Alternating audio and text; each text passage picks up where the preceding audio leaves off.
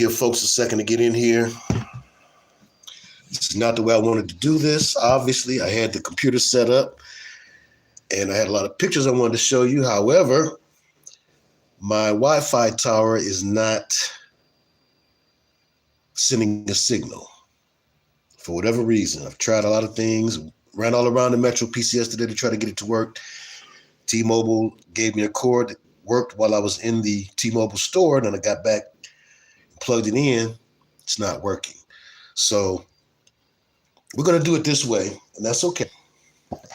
Again, it's not my preference.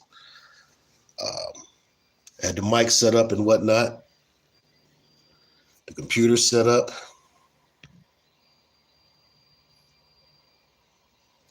And we're unable to do it that way. So if you just bear with me, we're going to get through this. Hello, MSG, Maurice Span Gaming, good to see you. We in here, TH Puma, good to see you, Salvation and Glory 7. Good to see you. I don't know if folks could hear me blabbing, but when folks rewind, they'll hear it twice if I say it again. But yeah, of course, this is not the way I wanted to set this up.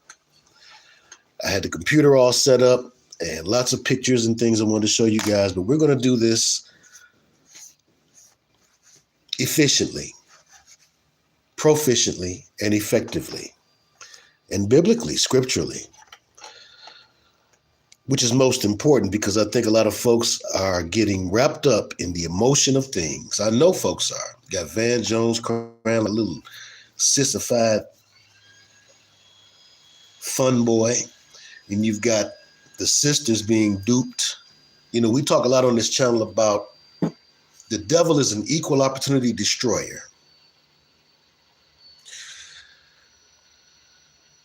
The enemy is an equal opportunity destroyer. He's out to destroy everybody, but he does have specific tricks that he will pull out of his bag for specific segments of society. We're seeing that right now, in particular, because the duping delight now is aimed at the black woman. Oh, don't say black. Oh, but at who anyone who was just mugged and trying to describe their assailant would call them black and would say that they were female. This is the group that is being targeted now for duping, concerning Kamala specifically. Now, the black community, quote unquote, so-called as a whole, is also being duped with this whole idea of get behind the first black woman president and blah, blah, blah. I heard this same rhetoric when Barry Soetoro, otherwise known as Barack Hussein Obama, was also running.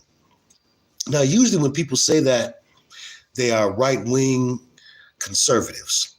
I'm not a right-wing conservative. A right-wing and a left-wing are both necessary to cause for the same bird to rise. In this case, a phoenix attempting to rise from the ashes. And there's a slick game being played. And, you know, we've all been duped before, but you should not want to be duped anymore. So when you hear this rhetoric about the first black woman president, and this is for democracy. Well, our country is a republic, and I'm not a Republican, nor am I a Democrat. I'm not left-wing or right-wing. I don't belong to any fraternal orders or groups. I'm not a part of any organizations that proclaim any particular thing. I'm a free-thinking, Bible-believing truther. My truther journey began, the leg of the truther journey that I'm on today began when I received Behold a Pale Horse from a classmate, Angie Beals. Angie's mother was a member of a church that was reading Behold a Pale Horse and the Illuminati 666. These were the first two books that I read that took me on my journey. I got sidetracked along the way, like a lot of young people do. due to pride and self-centeredness and just being young and dumb. And I got caught up in a lot of things, Nation of Islam, Dr. York, but I was always looking for, in metaphysics by and large, metaphysics and the occult, New Age, all of that type of stuff. I was really into that type of stuff, and especially the Egyptian or the Cometian teachings surrounding those things. So for a long time, I've been studying Luciferianism.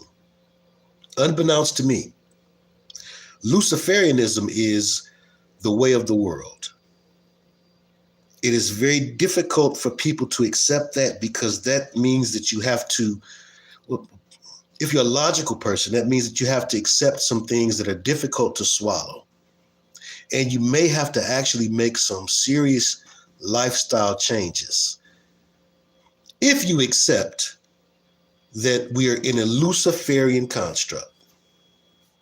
Now, construct is a big buzzword now among truthers and YouTube teachers, and I try to avoid those things. I don't want to be trendy. I'm not interested in how clearly you see my face. I want you to get this understanding, because this trick, it's ultimately a trick on those who believe the word of God. But within that trick, there's duping delight that targets specific people groups, however you want to say it. And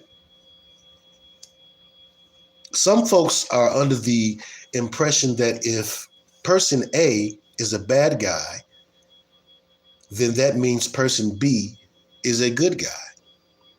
I hear people say anybody but Trump. Now, we watch Willie D. It's mostly for nostalgia purposes, to be honest, because I don't care for his takes on politics or religion. To say anybody but Trump is assuming, and I don't want Trump, I don't want Kamala, I don't want Obama, I don't want your mama, I don't want none of these people. See, a vote is an endorsement. So when you say anybody but Trump, you're saying I will endorse anyone but Trump. No, what you should say is I will not endorse a Luciferian. I will not endorse evil, not a lesser of two evils. Because then at the end of the day, you've endorsed evil. A vote is an endorsement. And far be it from me to tell you not to vote, because our ancestors, our grandparents fought so hard. My grandmother, my maternal grandmother, is from Selma, Alabama. I overstand it. Matter of fact, both of my maternals is from Selma. I get it. But I also get that if my, I could talk to Granny Moss about some deep things. And if I had proposed to her what I'm going to propose to you, she would have felt like she was duped the whole time for believing that casting your vote in a system that's Luciferian will make any significant change for your life. The plan is one world order, whether it be Huxley style on the left or Orwellian on the right. How do you like your Christian persecution? You like it a little left-leaning? You want the liberal style? Or do you want the conservative style? The liberal style is something that you're not familiar with. So they're scaring you with the conservative style. Oh, if he gets another, he made sure to come out there and say, in pure Joker fashion, Trump is a puppet. And it was in his lines for him to come out and say, something that would be construed as, I'm going to be a dictator. He says a lot of those things. Again, this is part of the problem, reaction, solution. He says those things because it's a problem that brings forth a reaction. Oh, Trump's going to put us in back in slavery, back in Jim Crow times. He's going to be a dictator. Whoever gets in next is going to be a dictator. You're going to have dictatorship, whether you like it or not. It's going to be Orwellian or it's going to be Huxleyan. Now, in case you don't know your truth of stuff like you should, the Orwellian style is smash mouth. Get it how you live. We feeding you Soylent Green. You can only get so much this and so much that. And the rations are low and you better be counting what you have and you're going to own nothing and like it. That's Orwellian. And everyone's afraid of the Orwellian future. Trump is playing that role. But what you don't know, and you should tell your friends too, is that the liberal side has always been playing for the Huxleyan idea of a one world order. The one world order is the agenda.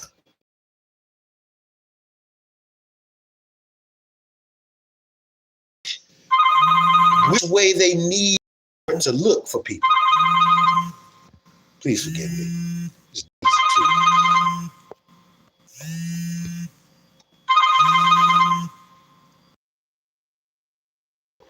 My apologies. My apologies. Yes, that was apologies. Yes, that was Dwight. Was gonna try to get him in on this, but everything just messed up today. Boy, well, my Wi-Fi tower didn't work. Then I didn't hear from him until I'm on the air. And so anyway, let's just continue though, okay? So how do you like your Christian persecution? Do you want it Huxley or Orwell? Selection 2024 is going to bring forth that Christian persecution. Looks blurry on mine. This is blurry, yes. It's going to bring forth that Christian persecution, whether it be by way of Trump, which is the obvious way. So many of us can see how that's going to play out. It's really obvious to see that they're going to let Trump play this role. I've said this before, years ago. He's playing the role of a Christian. Even when he said what he said to the voters about, just get out there one time, all my Christians. He tried to say, I'm a Christian. It sounded just like he said, I'm not a Christian. Go back and listen to that tape. I had it for you, of course. I had it for you, but things just didn't work out where I could use what I had on my computer. But if you notice the way he said that, he worded it, as if he's bull jiving, because he was. He is not a Christian, but his job is to make Christians look like that, to make people believe these are Christians. A whole lot of people don't know Christians today. A whole lot of people today have been exposed by folks who speak Christianese, but who don't embody the Spirit of Christ. And folks have become very impatient with Christians. They're using the Donald, who has never struck me as a man with Christ-like anything. I've never thought to myself, who's a great example of a Christian in pop culture? Oh, I know, Donald Trump. Never, ever. But see, that's part of the game. He's supposed to play the role of this Christian, conservative, authoritarian, toxic male, all of the things that the left is out to, or rather that the left side is designed to cancel out. We can say, and I believe, that the plan was already for the left to get the reins in a new and dramatic way, because this is an anti-Christian nation full of folks who have accepted Luciferian ideas. They will not accept having a Christian, or even if it's a Christian in name only, they will not accept having a Christian rule over them. They will riot. They will protest. So the job of is to be that image of Christian. Park has been trying to feed people for a long time. That's his job. And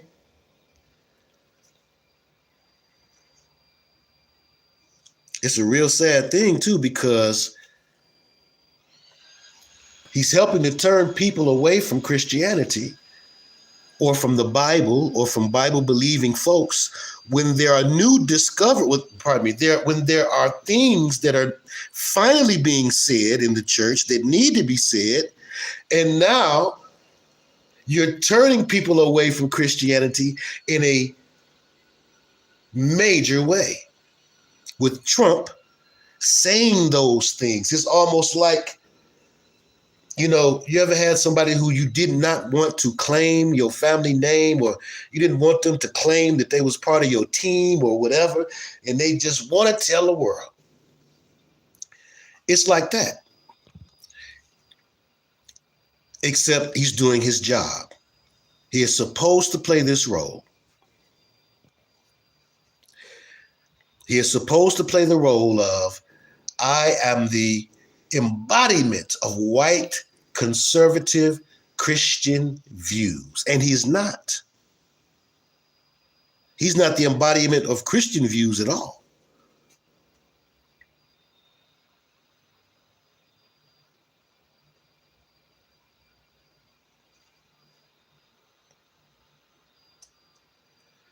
I don't understand what Rarefied Air is saying. That Christianity thing don't play into every tongue, nation, or tribe, but they doing it though, huh?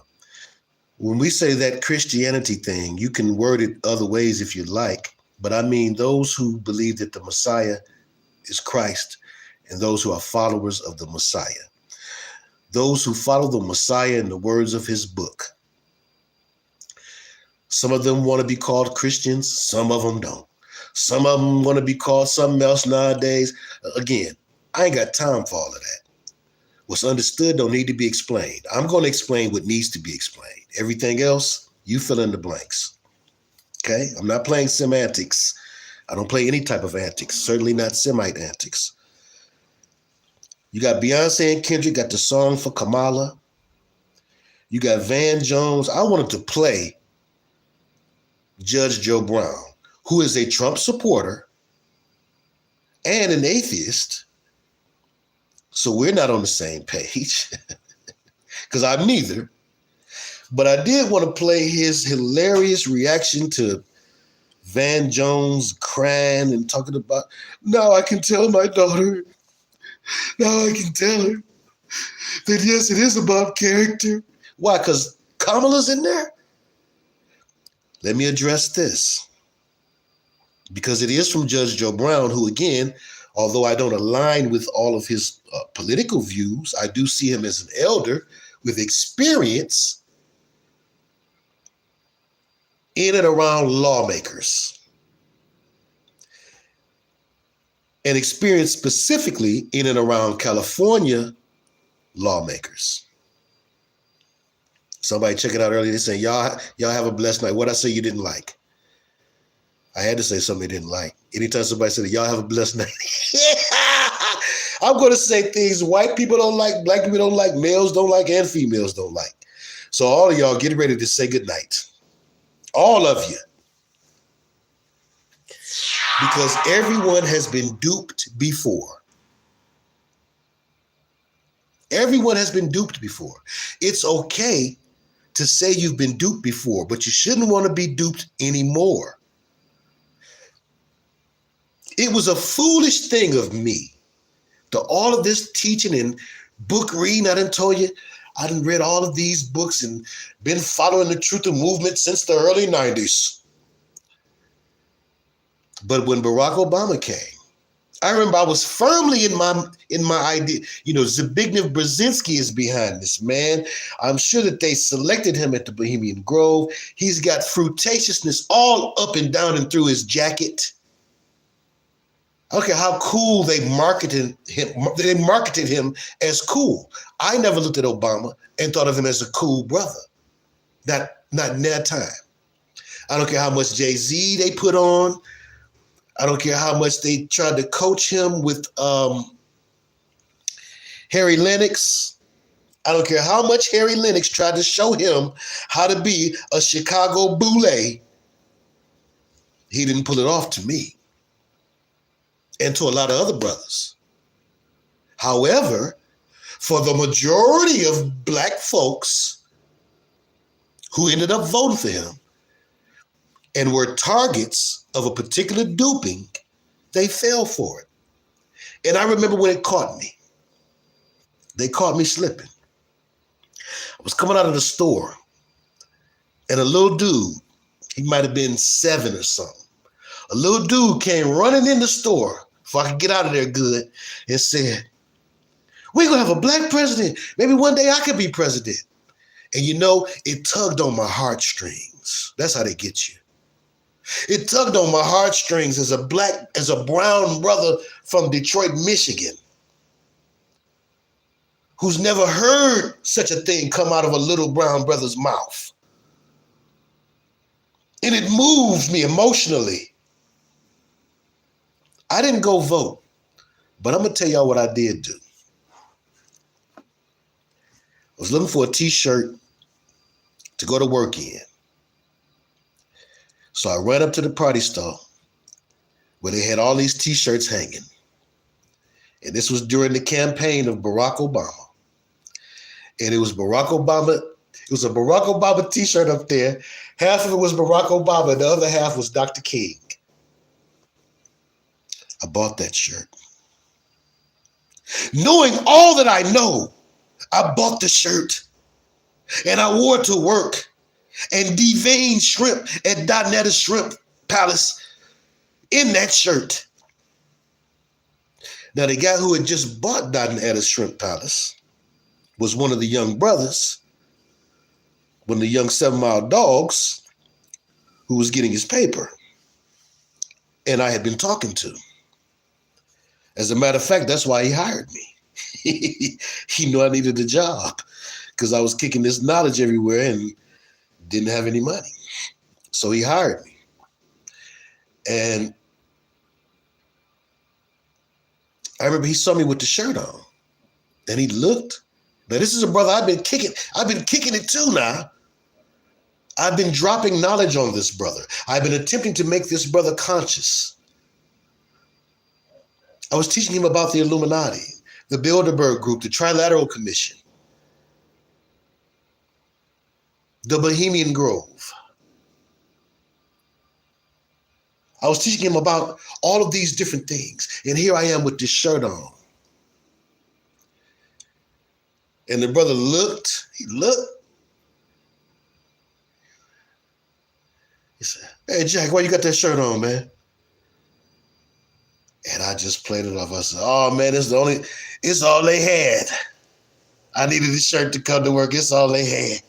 And I felt ashamed. And from that point forward, after I got through deventing that shrimp, I threw that shirt in the trash. I felt bad. But that's as far as I went. But I'm going to tell you, that was far enough. Too far. Because emotions are energy in motion. They make for good servants, but terrible masters. Your emotions have begun to master you. When you sit up there and you say, "Oh, I don't care who it is." No, there can be some.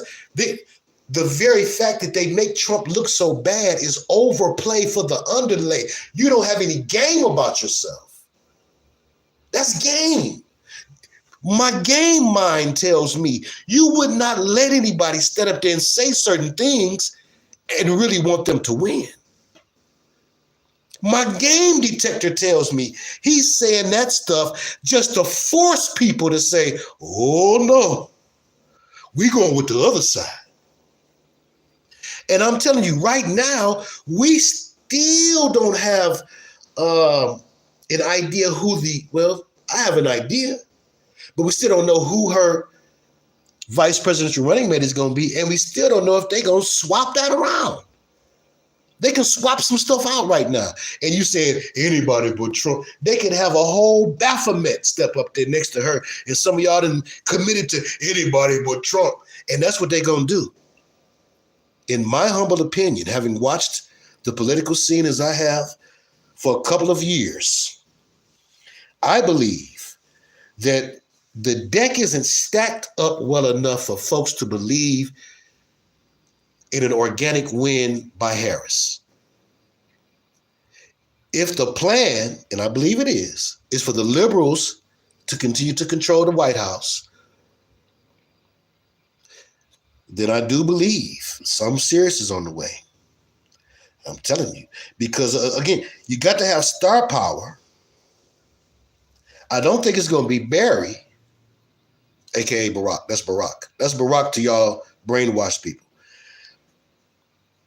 Because I don't want to be brainwashed just because you look like me or you trying to act like you look like me. The real kicker with the Barack part to me was all of the evidence that the guy they were saying was his Kenyan dad was not his father. So the whole thing of, his dad's from Kenya, he's more African-American than you are, was a lie. If they can lie that far, if they'll go that far to tell a lie, you will lie to me and tell me that a woman,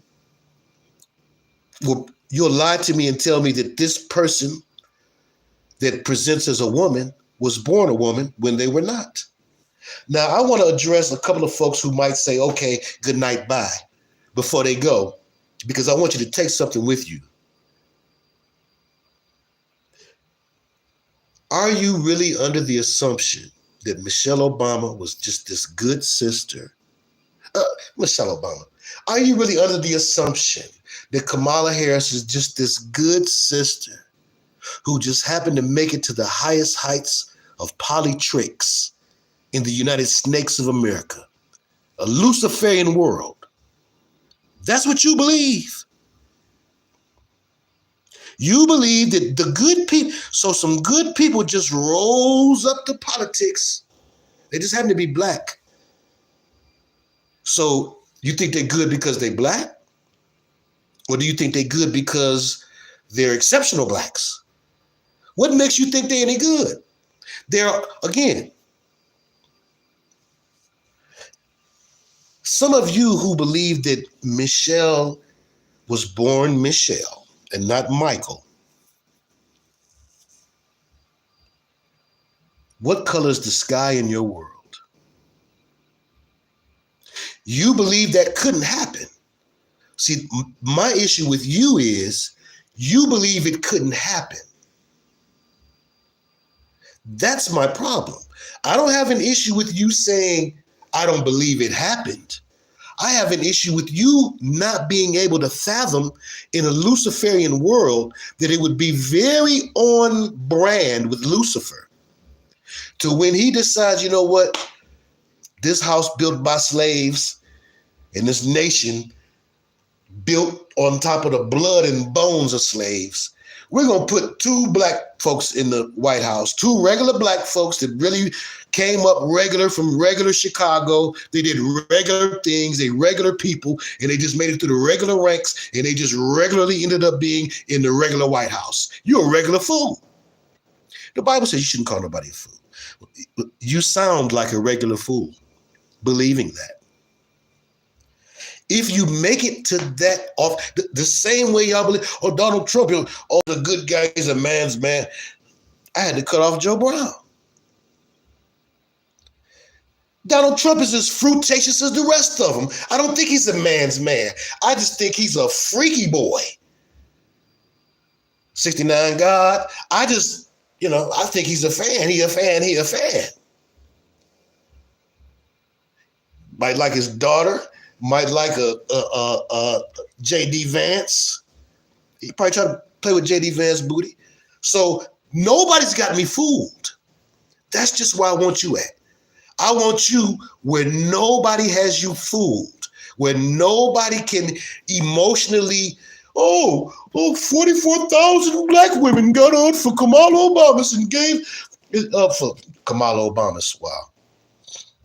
Got on for Kamala Harris and she broke a record of making money. Whoop-de-doo. Whoop-de-doo. Yeah, I can see Donald looking around at that hillbilly elegy. It's perfect. It's great. It's the best. Absolutely. It's the best. He's a fruit boy, trust fund baby, half a Klansman. And the other one,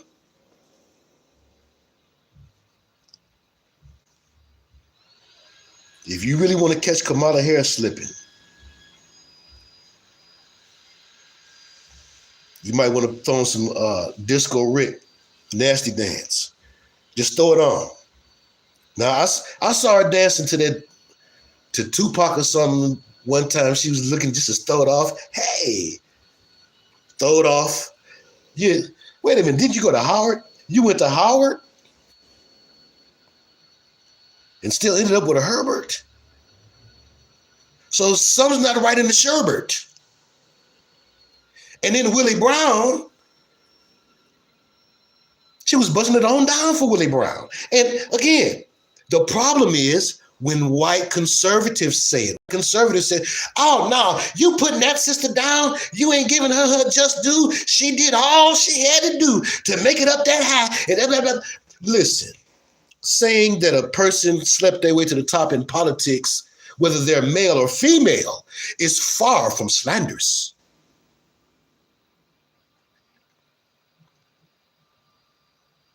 Whether they're male or female, it is far from a slanderous statement to assume that perhaps, and yes, she used to go with Montel Jordan, but you see, she married different. So perhaps you're the type of person that does what you think you have to do to get ahead. Willie Brown wasn't no looker. I first remember Willie Brown's name from when I was watching videos like Loose Change by Luke. I forget his name. I forget his last name. But We Are Change, that's their channel now. But I remember watching those documentaries, and the thing that I remember about Willie Brown was one of the few people that escaped 9/11. He's one of the few people that escaped 9/11 because he got a call from somebody that told him, don't be on the plane that morning. Now that's what I remember his name from a mayor of San Francisco. So that means you're plugged in. AKA, if you're black and plugged in, for my non-black viewers out there who may not have studied this, there's a group that's aimed just at us blacks. Well, he said, oh, well, I don't know if there's any difference, or if it wasn't no difference, wouldn't be no need for a Boule. They know they have to do some different things. They can't get y'all with cool menthol cigarettes like they can get us. They understand some things.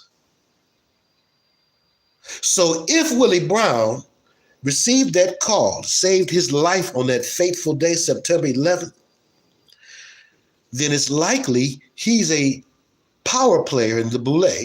He made mayor of a major city of great importance in California, a liberal stronghold. So he's a big boss Boule, and he was letting her play. She was young, she was 29. And Willie Brown looked like one of Fred Sanford's friends, okay? Willie Brown looked about like David Alan Greer's portrayal of what's the DC mayor? Willie Brown, you know it wasn't because he had a cold mouthpiece or because he was smooth in his Steve Harvey suits.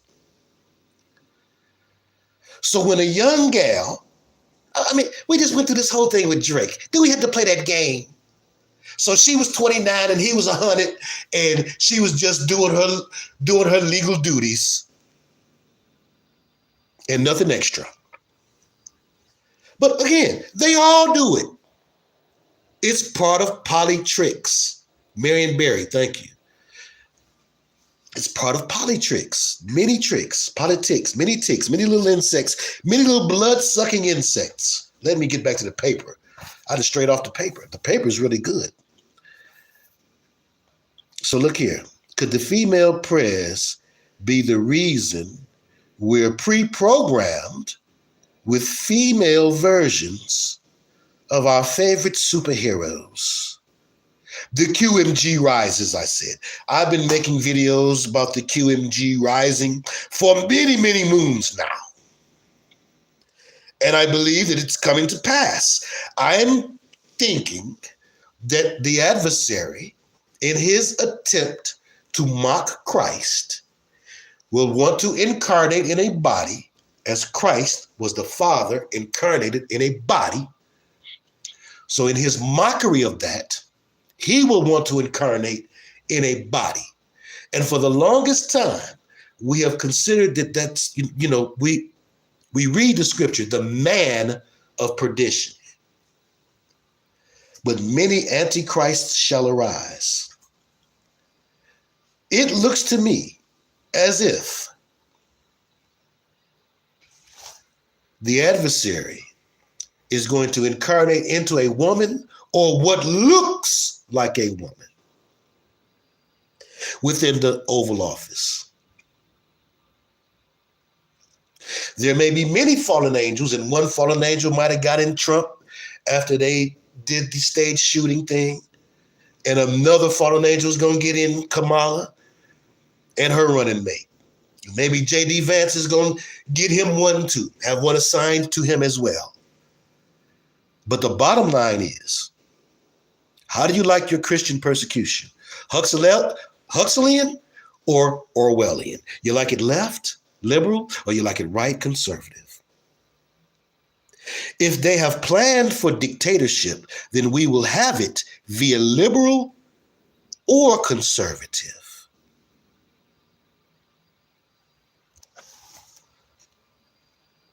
It takes a lot of government compliance for a dictatorship. And, some of y'all is just as silly as Billy. You believe whatever you're told.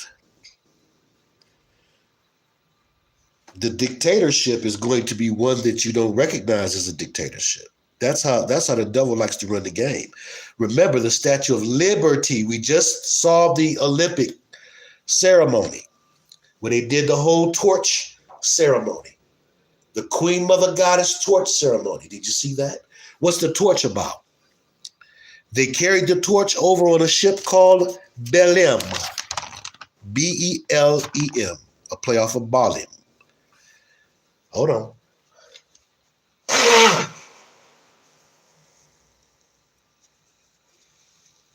The torch that the Statue of Liberty holds up, the whore of Babylon, standing upon many waters. Do you know why people think that the Statue of Liberty could be representing that whore? Or at least the Freemasons of France wanted to give you an ambiguous idea that that could be the whore of Babylon, okay? It also could have been a Roman or Greco-Roman demigod that exhibited both male and female characteristics, because Statue of Liberty face is mad mannish, right? But the reason that so many people compare it to the whore is because of the history of the torch. It's archaic to say today, but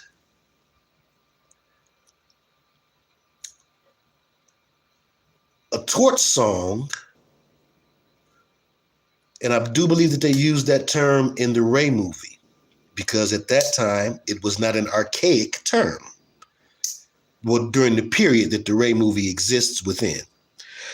But the torch song, it's like a love song, but it's more of a pining away song, kind of like Keith Sweat's kind of begging, but like the 50s version of that. So a torch song is somebody really wanting you. People say that's my old flame. Or so-and-so's still holding their flame for you. Do you know what that comes from? That comes from when the prostitutes would go off into the caves in the wilderness and go off into dark and concealed places and meet with men in the dark. Nobody had cell phones with flashlights on them. So in order to find her, she would light that torch and hold it up. That's right, Brother VL. That's where you get the red light district of, I start to say of today, of yesterday. Because I understand that that's no longer a thing in New York. And I know a lot of other places it's no longer a thing. The idea is they want you to think that your sin is freedom. They want you to think that your rebelliousness is freedom. They want you to think that your wildness is freedom. They want you to think that your lack of inhibitions are freedom. All because, again, that's the spirit of the whore, the spirit of the land of the whore. And this holding up of a torch was to show you, hey, here I go, hey, in the midst of darkness. So now you have the lighting of the torch. They showed us the ceremony with the Queen Mother Goddess figures.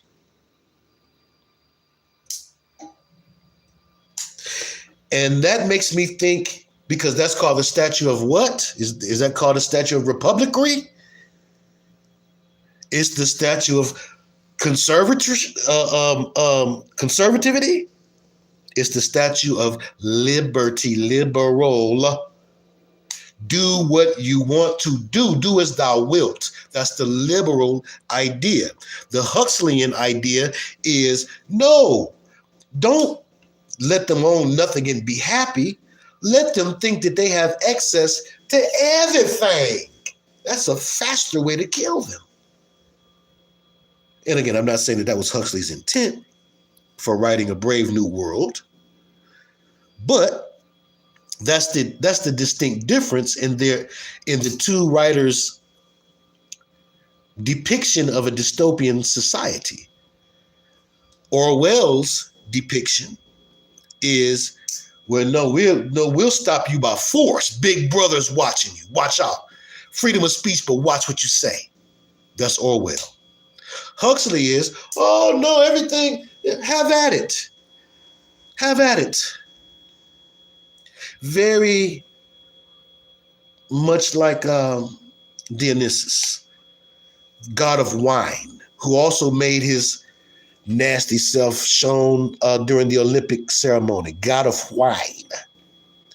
Dionysus also relates to Taurus, which is why I know a little bit about it, and my mother's name, which is Denise. Denise and I think Dion.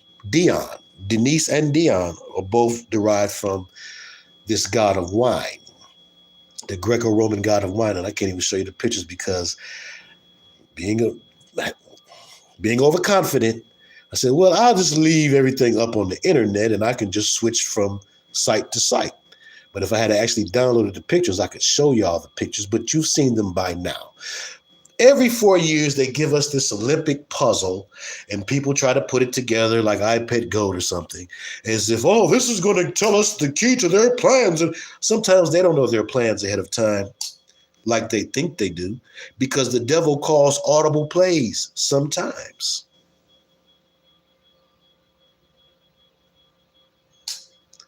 Yes, Bacchus and Dionysus.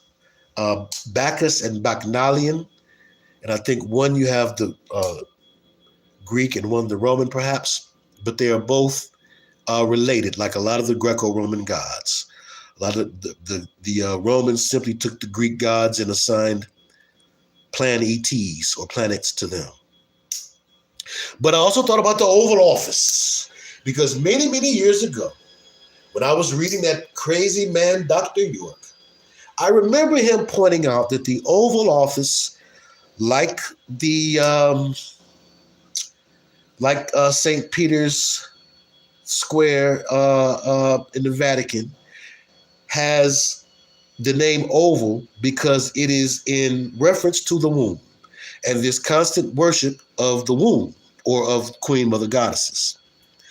If that's the case, oval, ovular, ovaries, if that's the case, then yes, we're going to have what appears to be women in the White House, in the Oval Office, in the White House. Good to see you. Big nephew Ronell is in the house, and so many of the families there. Judah Royalty, Sean Shine, big niece is in the house. Good to see y'all all here, okay? The Oval Office having to do with the ovaries. The Olympics released the horsemen and the Mother Goddess ceremony of torches. And they also showed that perhaps the liberals are going to have the ball because the bacchanalian tone of the Olympic opening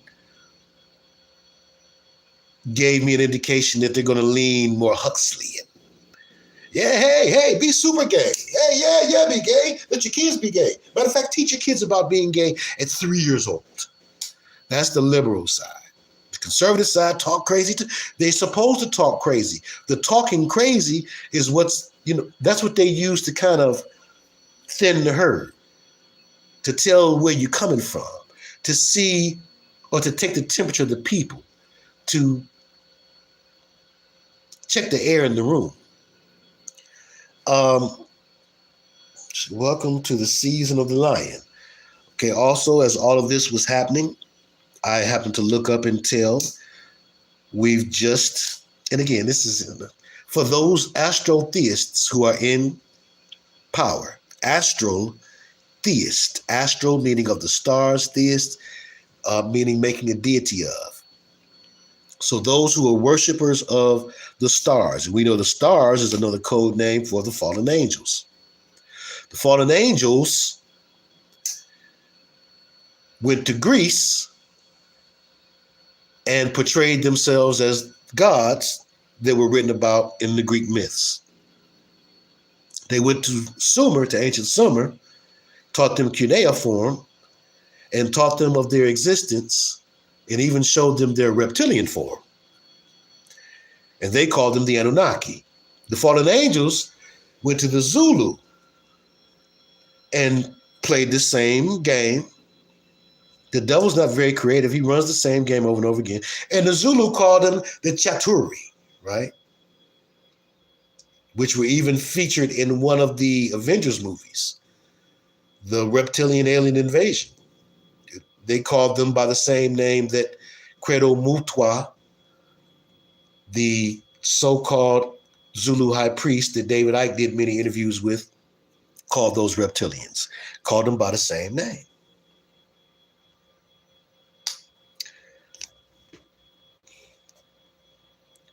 Let me see here. So yes, we've entered into Leo, according to them. And the lion is interesting because scripturally, we have the lion of the tribe of Judah, which is what the Messiah is. And scripturally, we also have the lion that goeth to and fro, seeking for whom he may devour.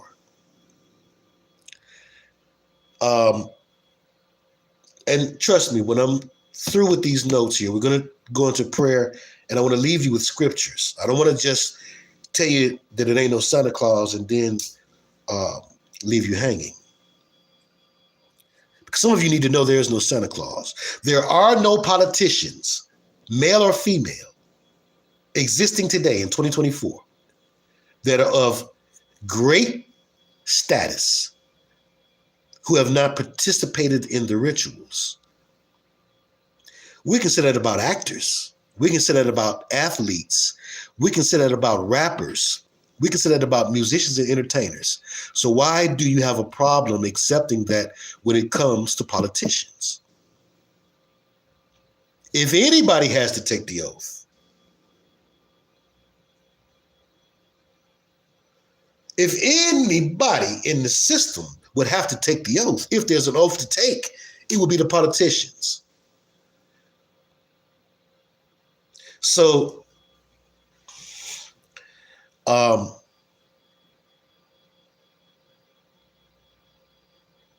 find it distressing that I see intelligent people who, they show intelligence about other things. They show distrust of a Luciferian government, or they show distrust of our government about other things. But for some reason, when it comes to this, people lose their common sense. Because this is the biggest emotion game, the biggest emotional popularity contest that's played on Americans. Bigger than the Super Bowl. Super Bowl is pretty big too. That's a pretty big emotional tug of war that they make Americans play. But this one is the biggest one of all. And especially because they framed it the way that they have.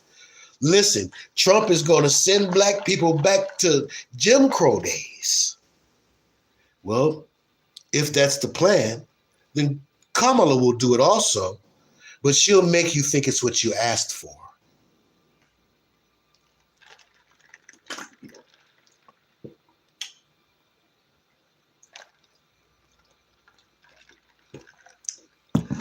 She will do it also, but she will do it in a way that makes you think that you wanted it. See, it's good cop, bad cop.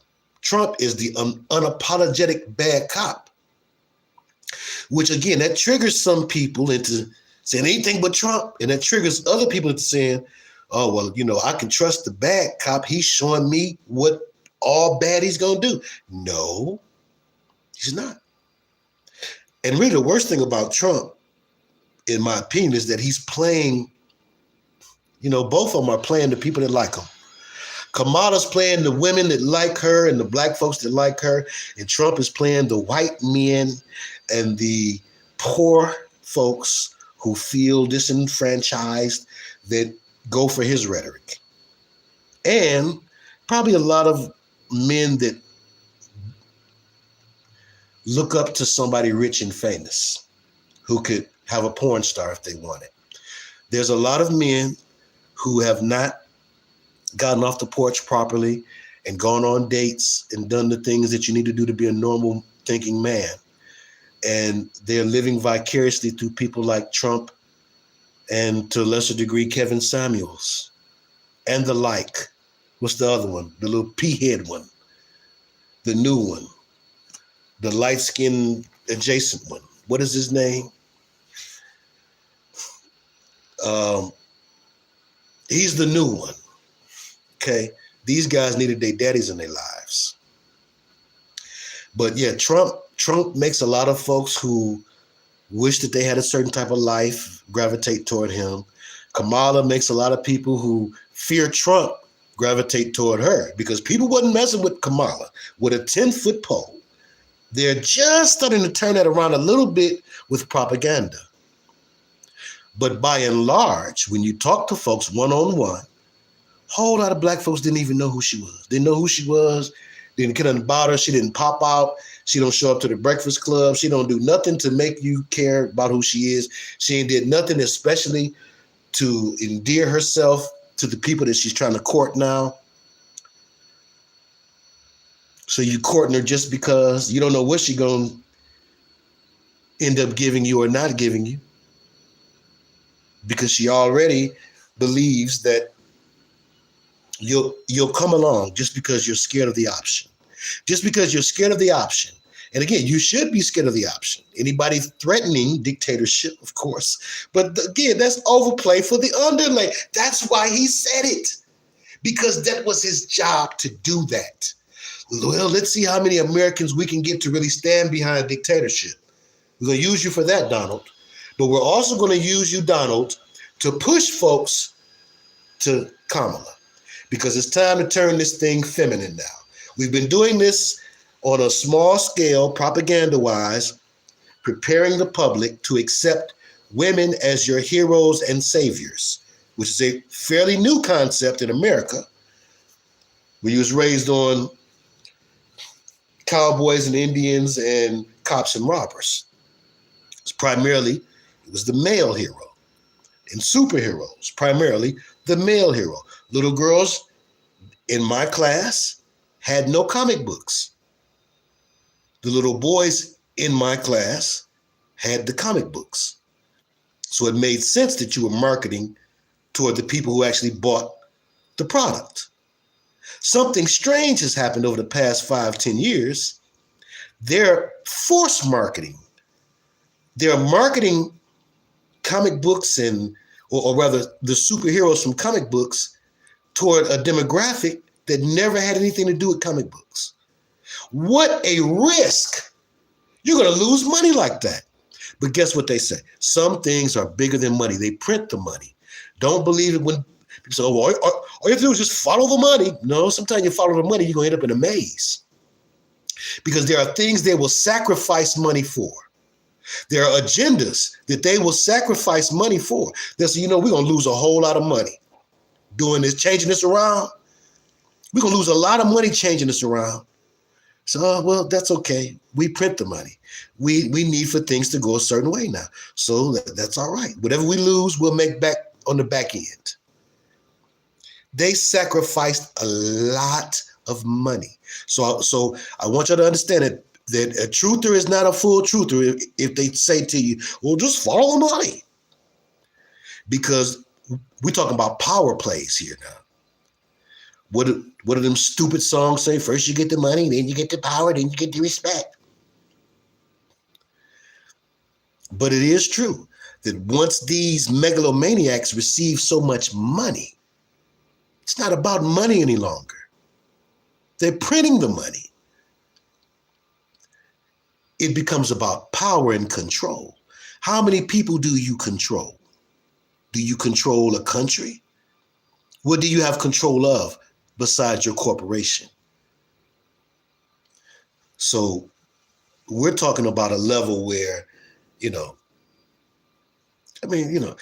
stand there and say, oh, you won't even have to worry about voting. You won't even have to worry about it.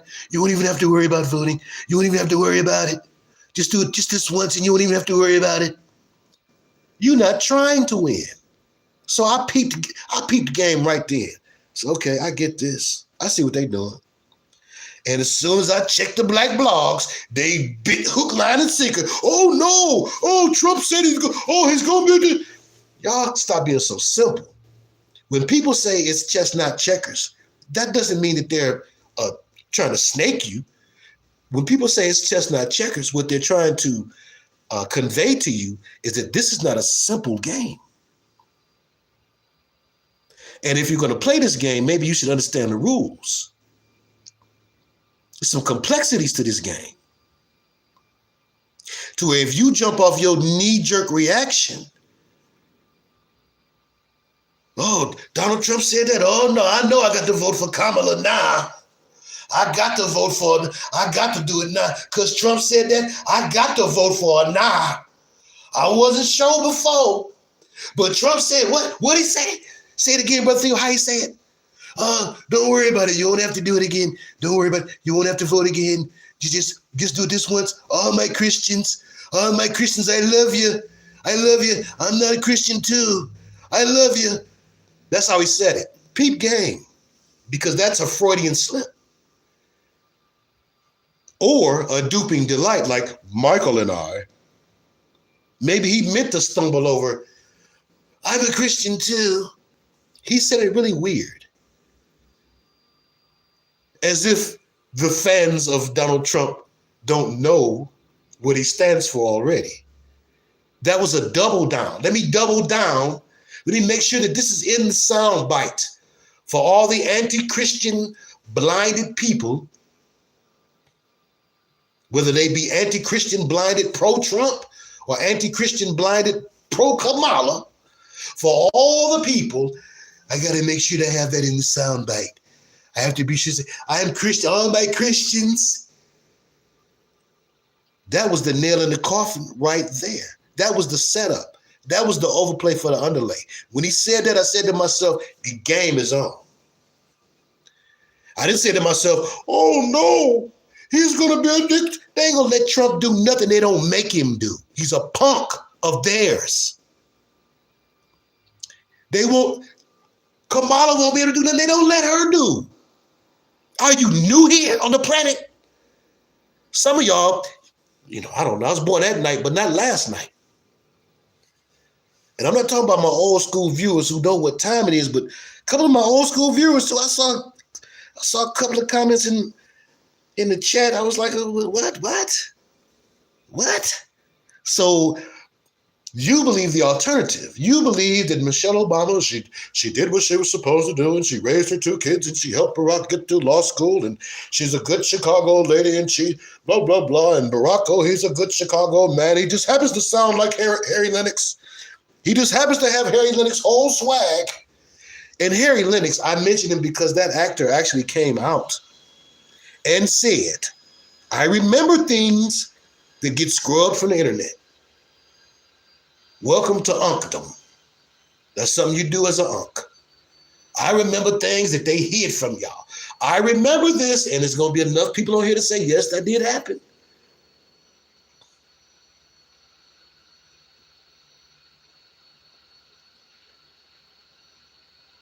I remember that Harry Lennox was on some interview show, and he said out of his mouth, he was talking too much. You can tell when somebody gets diarrhea of the lip. And he said more than he meant to say. But he said something to this effect. I'm going to paraphrase as best I can. He said, yeah,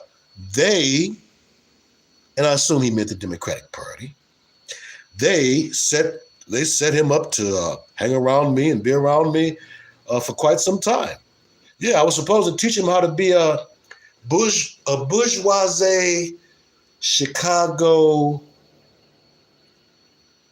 upper class black. And I had to show him certain things. I showed him different things and how to say certain things. Blah, blah, blah. He said this on an interview because Obama, being an Indonesian boy, didn't know none of these things. Obama, not coming from the neighborhoods, didn't know any of those things, but he had to fool the people in the neighborhoods. Same thing, Kamala, with the fooling of the people in the neighborhoods. They even tried it with Hillary Clinton. Hillary Clinton tried to fool the people of the neighborhoods. She went up there and sat with Charlemagne the God and DJ Envy, and she actually did unzip her purse and pull out a small bottle of Frank's hot sauce. As if this is what it takes to endear them, pardon me. We've been enduring them. They've not been enduring us. And again, us, them. Jesus said, who is my mother and who is my father, but those who do the will of Jesus said, who is my mother and who is my brother, but those who do the will of my Father. I understand what that means. I also can read, and I know what Revelation 2:9 is about, and I know the difference between grafted in Israel, and I know the difference between historical biblical Israel, and I know the difference between the modern day church, which is Israel. I know the difference. There's differences. When people talk about those differences, I will talk about them with them. I've done so on 1,000 videos by now, hundreds of videos by now. And I'm going to keep on doing it. I'm going to keep on saying things different people don't like, because those are things that need to be said for whatever reason. And a lot of things are idealistic in this post-racial society. Walk around in my skin. Walk around 6'1", dark as I am, black as I am, old as I am, and see if you don't notice some things. But again, that's not going to get you into heaven or hell. Righteousness gets you into heaven, and wickedness gets you into hell. And you can be wicked and Black as Wesley Snipes or light as Terrence Howard. Or lighter. You can be light as powder. But so those things exist in a real world. Idealistically, I know those things have been done away with. Well, not according to the Messiah, who said nations shall rise against nation until I return. And this is one reason why.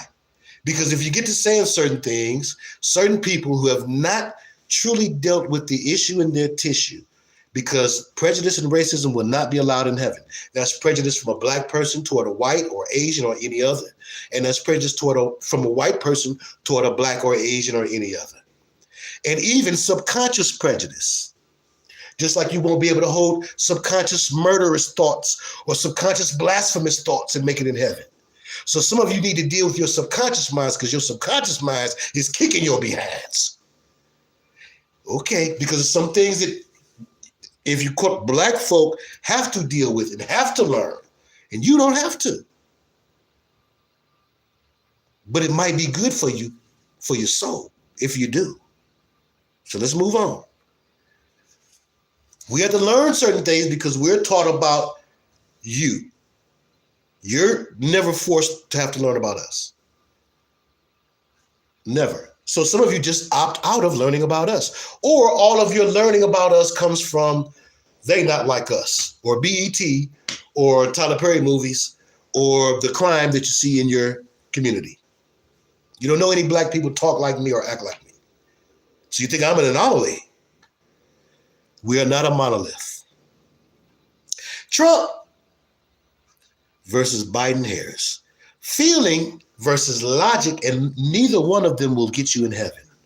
Both can lead you astray. Feeling and logic can lead you astray. Because again, the feeling is, oh, we think Trump's going to restore things back to blah, blah, blah, to the good old American, heyday. That's feeling. You ask people to logically explain their support of Trump. Most of them have a hard time doing so using rationale, logic, and intelligence. But sometimes country dumb beats book smart. So what is intelligence really? Because on the other hand, you have the Harris side, which is mad intelligent. Oh boy, all the reasons why, oh yeah, we can't let him in because this is, and it's the intelligence that brings you transsexuals into the kindergartens, in the nursery schools. That's intelligence.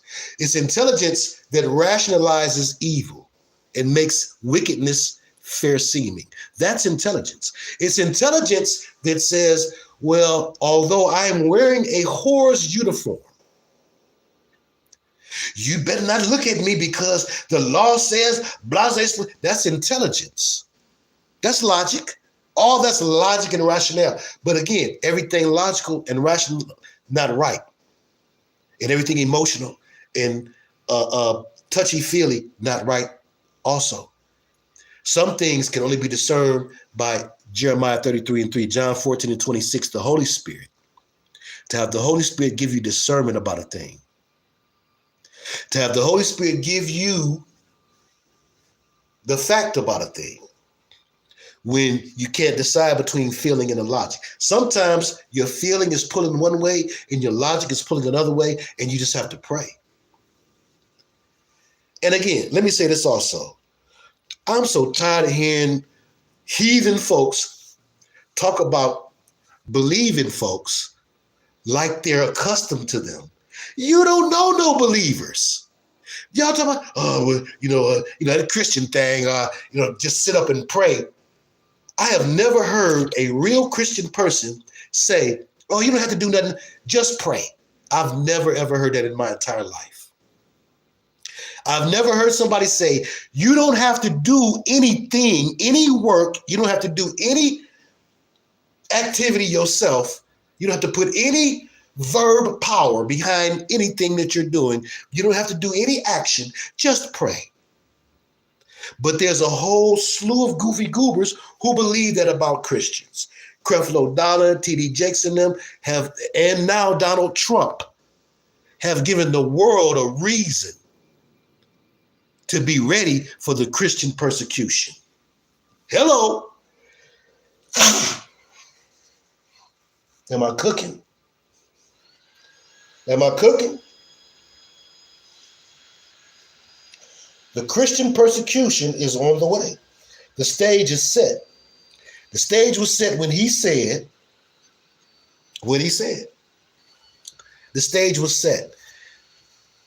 Now, let me see. So now, this is why, like, you're not going to win against the emotion of the Trump folks, and you're not going to outsmart the smartness and the logic of the Harris folks, because that's the liberal thing. It's a liberal thing to make a common sense case for every form of wickedness and fruitaciousness and pitifilism that they can. They're going to put stuff in law.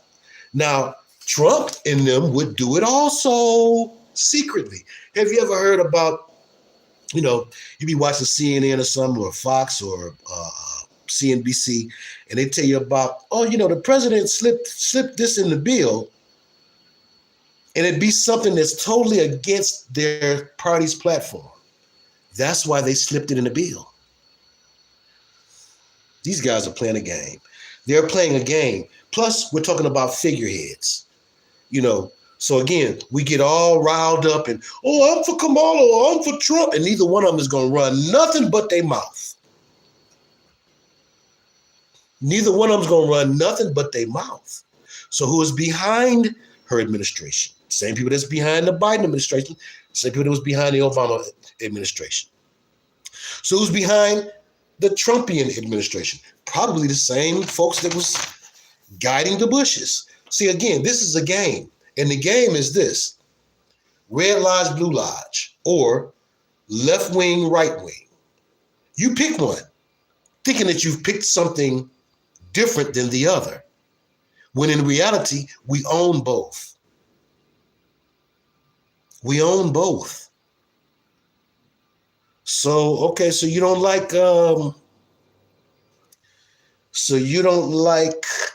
Coca-Cola or Pepsi. You don't like their corporate interests. You don't like where they stand as corporate entities, and so you boycott Pepsi and Coke, but then you go get a case of Dasani water because you had the illusion of thinking that was something different. Then you look it up and find out that Dasani is owned by one of those major corporations. So same thing goes with this. Democrats, Democrats,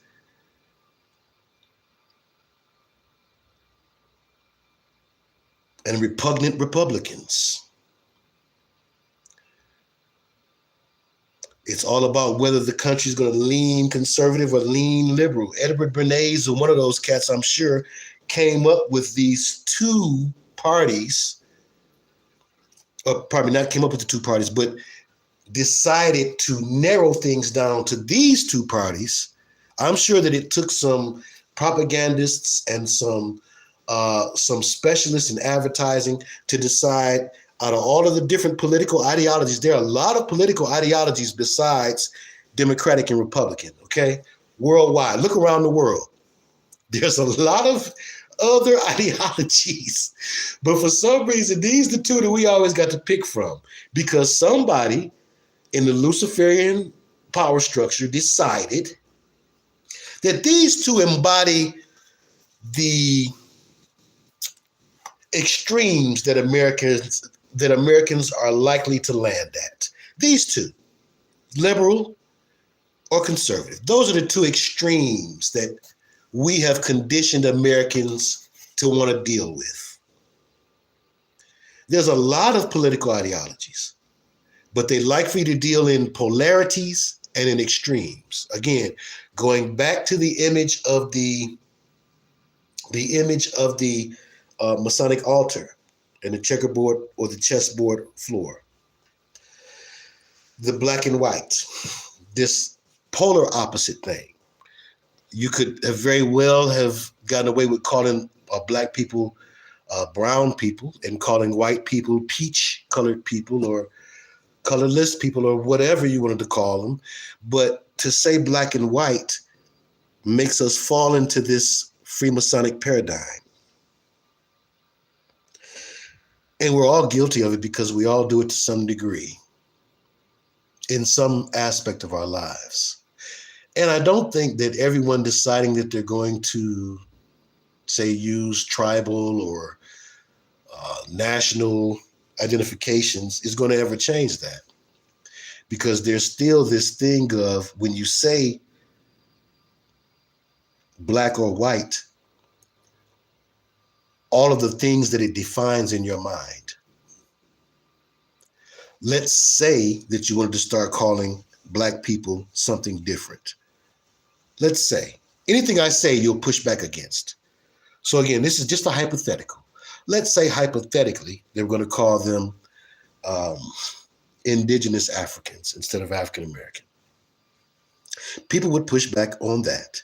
And at the end of the day, there would still be a little space on an application or a little space on something that you fill out where there's only room for black or white. The world has been conditioned to that.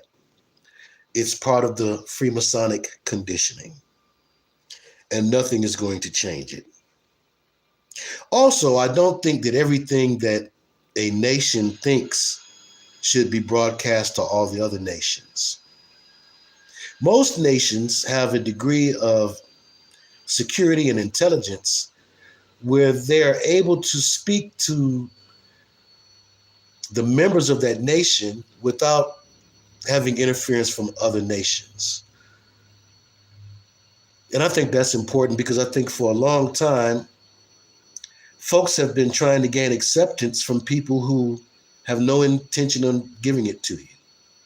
So who are you telling that you're this or you're that? Who are you trying to explain it to? I understand when you're young and it's part of your self-identity. I'm 51 years old. I had to think about it. I will be 52 this upcoming May, and that's not 100, but that's old enough for me to be secure in who I am and know who I am and where I come from and what it means and what it does not mean. I don't care what new trendy things come out. You can care, but don't expect me to. Candace Owens. Candace Owens is this decade's Tommy Sotomayor. Or as I should say, Uncle Thomas Sotomayor. Why are these people even promoting? When you see I can understand why people of other backgrounds might watch them and find them to be anomalies. But you've seen bootlickers before and Uncle Toms before. The very fact that people watch things that make them upset is another phenomenon of the times that we're in. People watch things that they know make them upset. Some people are subscribed to my channel simply because I upset them. And there's something that they get out of that. There are people who subscribe to certain channels and who watch certain things simply because it makes them mad. Tommy Sotomayor was like that to me. He wasn't the only one. It's several ones. It's some who have cleaned up their act a little bit better, but I still know them to be Boule, so I still don't trust them.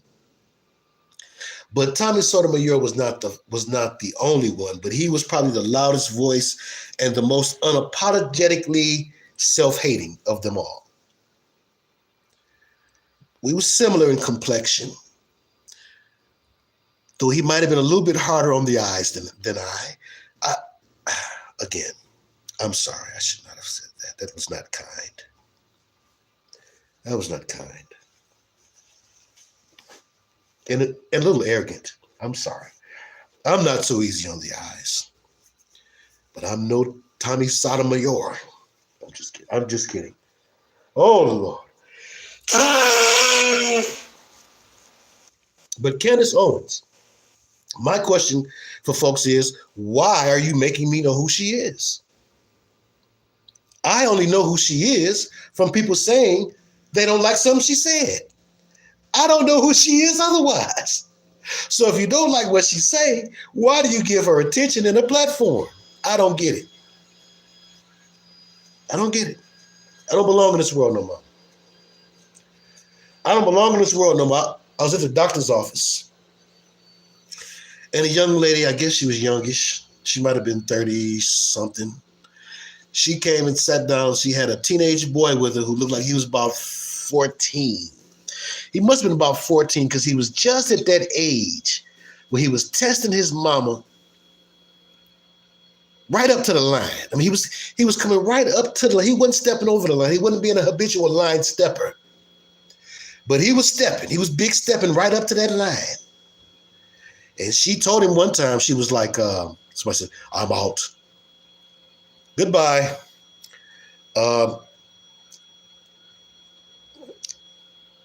And he kept saying a little smart stuff to her. And he was with his little sister. His little sister, like she might have been 10, 11. So he said something to his little sister like, that's why I got more hair than you. And his mama was like, on everything, y'all. I almost stood up and applauded. But his mom was like, ugh, that's gay. Why would you say that to her? And, you know, there's a generation of boys that's being taught a lot of flirtatious things, and a generation of girls that's going to be awful hard and awful tough and rough. And I just wonder what society's going to look like in 15 years. 15 or 20 years. Okay, so also I noticed that there's a lot of callback to Hinduism.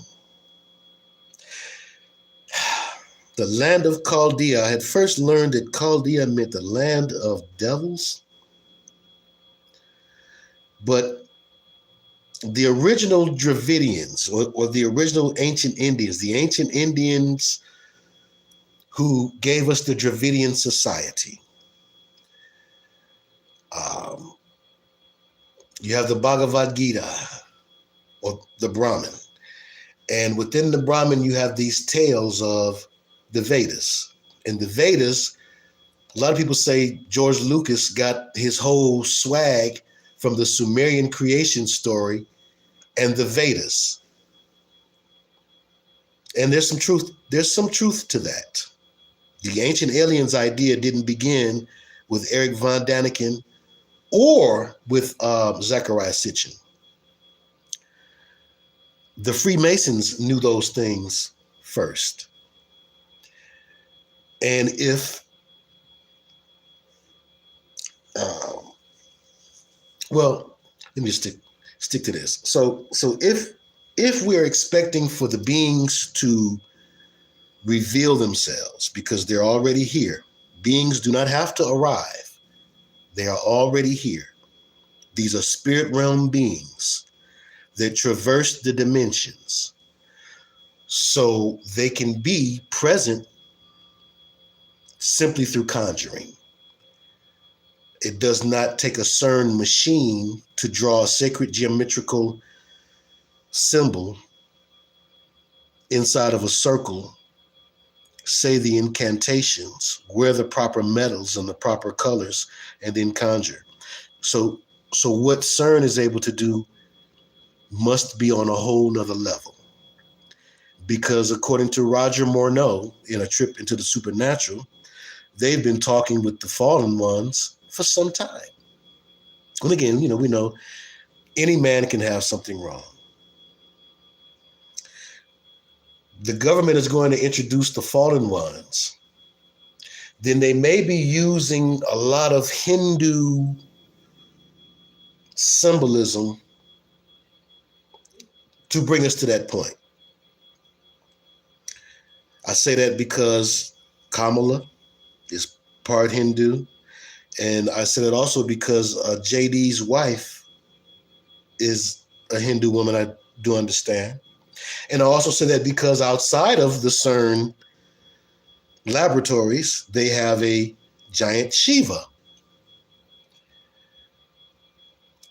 And when I think about the Hindu religion, I think about New Age, but I also think about the beings. We're talking about tens of thousands of beings. So when we talk about invasions, you probably need to look into the Brahmin and read the stories of the Vedas. And we may get better insight into how the fallen angels operated when they first got here. Perhaps they went to the country that's the most populated country. Well, it's a continent. India, right? No, pardon me. India is a country within the continent of Asia. So one of the most densely populated countries on the planet. A disproportionate amount of deformities. So there's something genetic happening there that goes back to ancient times, when these genetic abnormalities and deformities would show themselves. People would worship the human that they showed themselves in, because they would say, this human is part deity. The divine right of kings thing, even going back to ancient Egypt, what messed up the ancient Egyptians and the so-called black civilizations of old, the Cometians then, let's say that, because I would say Egypt was Greece. So let's say the Cometians was the fact that they were also duped into believing this same idea, that the fallen angels were ancestor gods. They would appear and have their way with the women. What we hear about in Genesis 6, we got to remember this is happening all over the world. When the daughters of men, when the sons of God come into the daughters of men, and they have wives of all that they choose, Genesis 6. Well, this was a widespread thing. This was worldwide. So Genesis 6 is not just telling us about something that happened in and around the Middle East. Genesis 6 is telling us about something that was happening worldwide, all around the world. All around the world, same song. Shout out to Brother Christopher Coughlin. And I thank you for sharing with me your creations. I do appreciate it. 6. I just wanted to read that the right way, since I said it wrong a couple ways. Genesis 6. And it came to pass, when men began to multiply on the face of the earth, and daughters were born unto them. When men began to multiply on the face of the earth, and daughters were born unto them, when this happened, the sons of God, which again can be called stars or angels. The term sons of God, used in this fashion. Also the term stars of heaven, when used in this fashion, is alluding to the same thing. Angels, angelic beings. The sons of God are angelic beings. That the sons of God saw the daughters of men, that they were fair, meaning good looking, attractive, and they took them wives of all which they chose. They didn't say the sons of God on the Western hemisphere, or the sons of God on the Eastern hemisphere, or the sons of God in this part of the world, or the sons of God in that part of the world.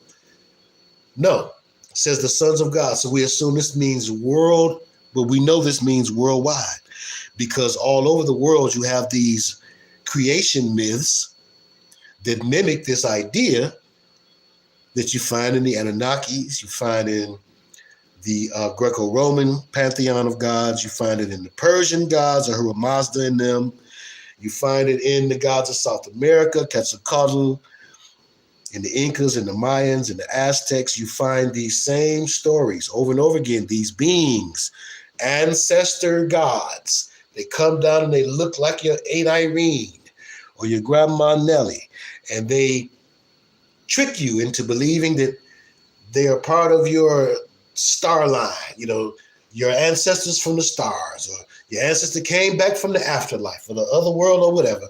And I'm here to deliver you this message. But we need your daughter. We got to have your daughter involved. And slowly but surely, the fallen angels weave their way into DNA. Not only the DNA of humans, but the DNA of humankind and the DNA of plants, which is where you get your wacky tobacco and your funny weeds and your hallucinogenics from. The fallen angels manipulating plants. The fallen angels manipulated animals. This is where you get your cryptozoology from. Where you get your Bigfoot and your Smurfs and your gnomes and your fairies and mermaids and all of these beings from. Because again, the fallen angels manipulating those things as well. Manipulating the arachnid and giving you the lobster. This is why the Most High would have to say, yo, don't eat that. And then we say, well, wait a minute, didn't you make it? How is it unclean and you made it?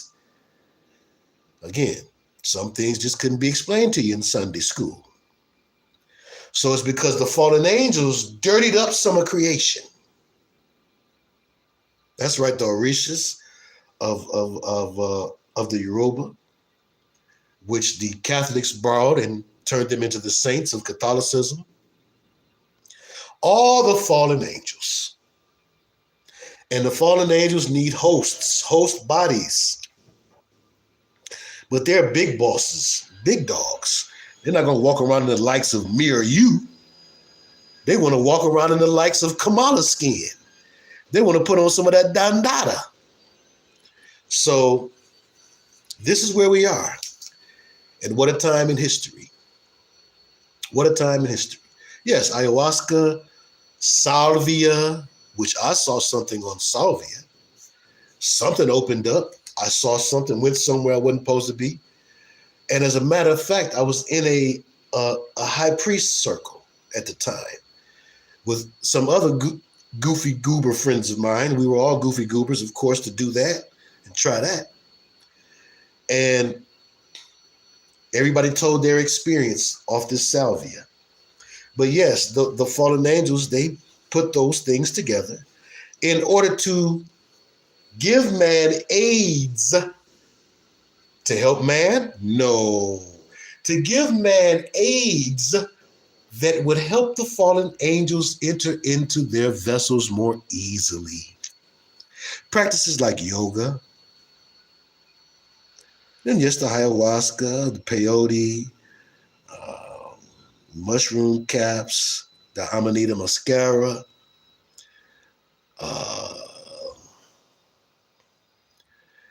and everything in between. Everything in between, baby. So they mess with all that type of stuff. And, you know, like I said, you wonder why God got it in for the owl. Look at that thing. That's a mixture of something. Now, I have yet to find in scripture where the Lord is against the cat. And I like cats. I have a cat family member. I love them. I like animals in particular. However, notwithstanding, I understand why the witches choose the cat. Because there's something and why the ancient Egyptians would, do you know that there are some tombs where they are buried with hundreds of embalmed cats? Hundreds of cats inside little canoptic jars shaped like cats. Some people want to take the cats with them. Cats are believed to be conduits between this realm and the spirit realm. So any good wizard or witch worth their weight in witchery would have to have them a cat to help them see when the spirits around. There might be some spirits around here and I didn't conjure none. Or maybe something I conjured has escaped. Can't help you find it. Why, even in the movie Constantine, when Keanu Reeves wanted to journey into the realm of hell, he placed down a wash tub and put water in it and put his bare feet in there And then he grabbed a cat, a black cat, and opened up his eyes and stared into the cat's eyes. And through the cat's eyes, he ends up in the realm of hell. There's also a Stephen King movie called Cat's Eyes. But again, the idea was that a cat's eyes are able to see the spirit realm. And you may see your cat, Mr. Fluffles, or whatever you may call your cat. Or perhaps you have creative names like we once had for a neighborhood cat we called Cat Williams. But I do digress. You've seen your cat see something that was really there and then break wide. You know that cat saw something that was there and then he got in the wind. He didn't bother. And you know, cats is kind of like, oh, you're here. Oh boy, you again. Okay. So a cat's not going to take a second and say, hey, man, follow me, like a dog will. A dog will be just about nervous, trying to get you to follow. Come on, follow me, listen to me. A cat's like, I'm outie, 5,000. But no, I have heard the tale of a loving cat who warned its owner when the dryer was on fire in the basement. The cat came and was talking to the owner. You know, cats be talking. Kept talking to the owner. Till the owner followed the cat down there and saw that the dryer was on fire. But yes, anyway, Lord, I went all over the place. Okay, let me see. Happened to see the new Ghostbusters. New Ghostbusters featured a Indus Valley demon, or a made-up Hindu demon. Interesting. And of course, the little girl, Lord have mercy. You know, you just can't watch nothing and just enjoy it for entertainment purposes no more. They're going to put the LGBTQRSWXYZ agenda in everything. The little girl looked like Harry Potter. Did anybody see the Ghostbusters? The new Ghostbusters? Will it just be, I went the first 5 minutes of the movie thinking I was a little boy. I'm telling you, this world is not for me no more. I went the first 5-10 minutes of that movie thinking that was a little boy. Till I heard him say something about she, such and such. I said, wait a minute. I looked again. I said, oh, that's a girl. Straight up. But of course, she's the hero, saves the day. Again, with the trend of making the women the hero. It's not, it's not being, you know, when you know somebody's doing something for you and you find out that they're doing it for you for a bold reason, but they're doing something good for you, but they're doing it for a real low down reason. You should look at that differently, even though they're doing something for you. I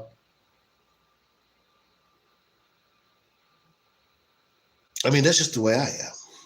Okay. So the world is making it appear as if this is because of inclusion. We're doing something for you, women. We're doing something for you. We are making you superheroes now. Who cares about that? Raise your wages up. Cut out sexual harassment on the job and in Hollywood and in the music business.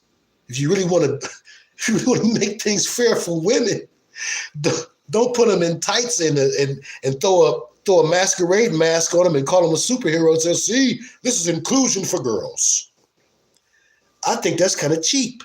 I wouldn't take that myself. I would say you're giving me this to placate me, to pacify me. This is not really what I want or need. I don't need to be a superhero. I need some provision. So, you should look sideways at that. Yes, it's like a backhanded compliment even. So the little girl saves the day, but see, they had to make it further than her just looking like a little boy. but she had a crush on a female ghost. I said to myself, Lord, Lord, Lord, Lord have mercy. Take me away from here. I can't take no more of this. I'm not lying to you. When you watch it, you tell me if I had it wrong. You watch it. You watch it and tell me if I had it wrong. Now, of course, you're going to know that that's a little girl. You can say, I can tell that's a little girl. No, imagine if you like me and you're not expecting fruitatiousness to be around every corner. I'm telling you, I can't watch a good TV program without them showing me some commercial for some medicine that they giving kissing men because they did what they shouldn't have did. Now they in a jam. But here you are on the commercial still kissing and being flirtatious. You ain't learned nothing. I don't know. What do I know? Trump-Epstein connection. He's connected. But I didn't need that. I had in my video, the Trump card, and in my remake video, Joe Biden the Joker, I sampled the actual video of the Donald sitting with his first wife. I remember his first wife. Some of y'all don't remember his first wife. I remember his first wife, and they was sitting down on Lifestyles of the Rich and Famous or something like that. And the baby was sitting there with them. I guess this would have been the daughter that he lusts after now. And he said, oh, yes. He said, oh, yes. I can already tell she's going to have a great body. About this baby. I can already tell she's just like her mom. She's going to have a great body. Yes, Ivanka. Thank you. I think that was her name. The first one. He only had one first wife. But yeah, I can, yes, I can already tell. Now y'all tell me that video don't exist. What about the other one where he was, I can tell you exactly where he was, on Howard Stern. And Howard Stern talking with him, and he sounded like he trying to slang his daughter off on Howard Stern, but he said, if she wasn't my daughter, I'd probably be dating her. If she wasn't my daughter, I'd probably be dating her. He don't even care what he say because he's playing the role of the Joker. You've heard Hollywood actors say, especially those who usually play good roles. I recently heard, not Octavia Spencer. What's the sister? She had a real bad, hard, poor upbringing. And she's the top black actress. Anybody would say. Name starts with a V, I think. What is her name? I heard her recently say how, it was a pleasure for her to play a bad guy. Because you really get to let loose. You can let loose when you play a bad guy. Thank you, Viola Davis. Thank you, the Cocoa Puffs. Thank you. Yeah, you can really let loose as the bad guy. You can say and do things. You can really push the envelope. And some people would really like to push the envelope. They've never done it before. So now in this controlled environment, I can push the envelope. Some of them will go into character acting. Where they go into alter personalities and won't come out of character. They'll stay in that character. I think I do remember them saying that Heath Ledger was doing that.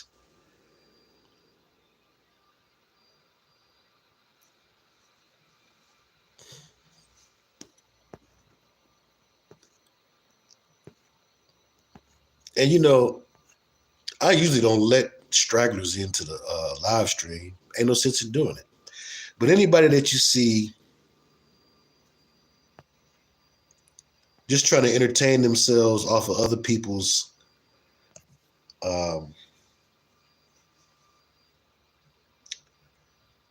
time. This is our time together. So if you're not here to listen and be a part of this conversation, please leave or we'll show you the door. And if he stands to the wall, show him the door. Show him the door.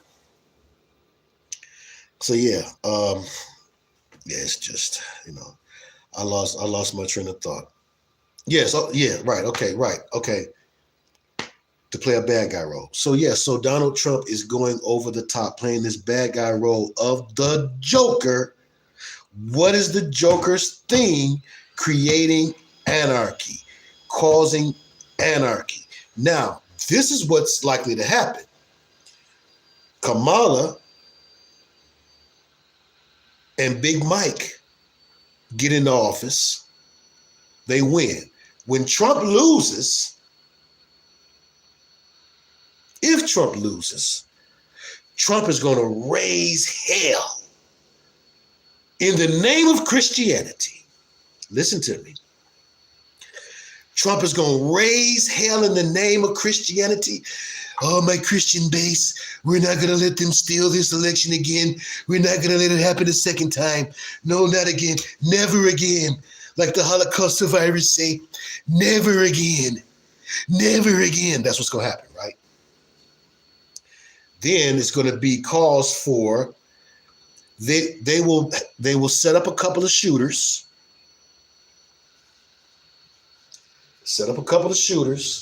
Stage a couple of events, and the next thing you know,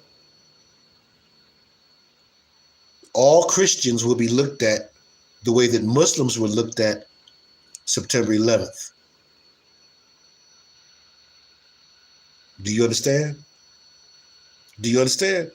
That's where it's going. Do you understand that? That's what's going to happen. I'm telling you. Whoever they get with Kamala, and I think it's going to be Big Mike, but even if I'm wrong, if Kamala wins, the Joker's job is to create chaos, baby. From out of chaos comes order. So the Joker says, oh, they did it again. They took the election again. Then through a series of events, people start wilding out. Then the law and order Kamala can say, wait a minute. Martial law. Do you hear me? You understand and overstand. Right on. That's the play. That's the overplay for the underlay. So yes, we should pray for our country, but some of these things too, beloved, some of these things are meant to pass. Some of these things must come to pass according to the Messiah. Some of these things must occur according to prognosticators and truthers of old, men of God of old. I'm telling you. And I'm not trying to be prophetic. I'm simply looking at these symbols. But God can give it to you however he wants to give it to you. I saw a special report on Dateline. It was concerning.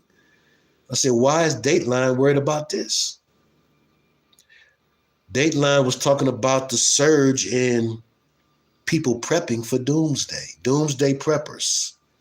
It's about 6 days ago. Maybe it was three or 4 days ago. Yeah, they did a whole thing on doomsday preppers. I said, well, now this is interesting because this is for mainstream. Whatever they show is for mainstream. So maybe they want to get a heads up and know who it is that's prepping before you get good and prepped.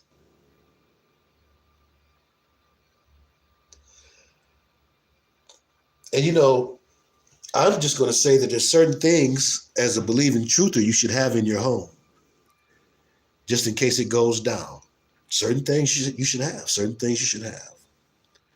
Certain things you should have. You should have a generator. They're going to play with the power sooner rather than later. You see how they play with the internet? You should have provision outside of digital. If all of your provision can be frozen, If the computers freeze, you in a world of trouble. Change that around. Because I'm telling you, they're going to play that game.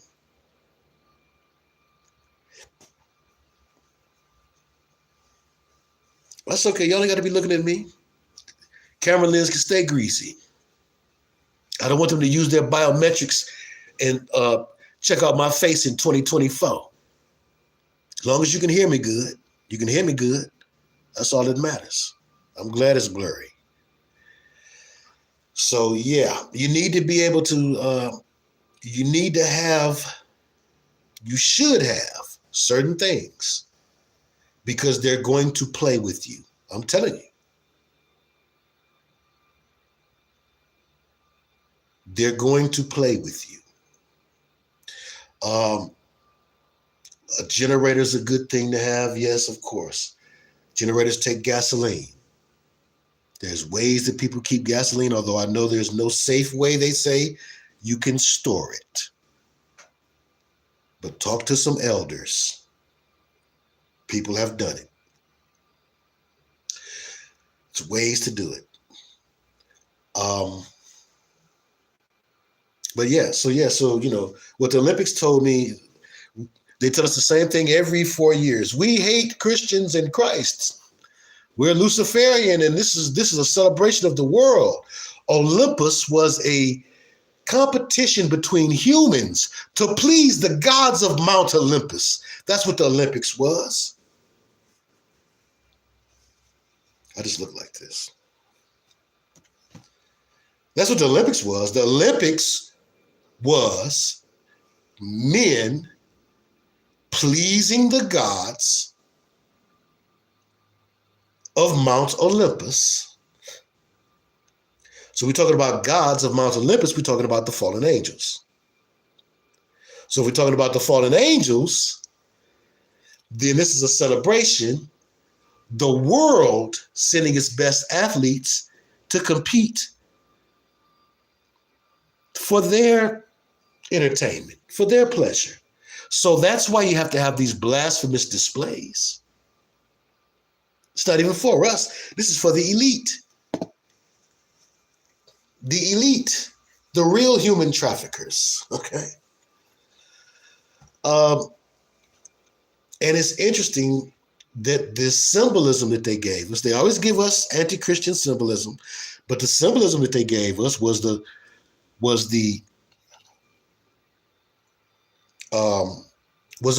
the four horsemen riding, and also of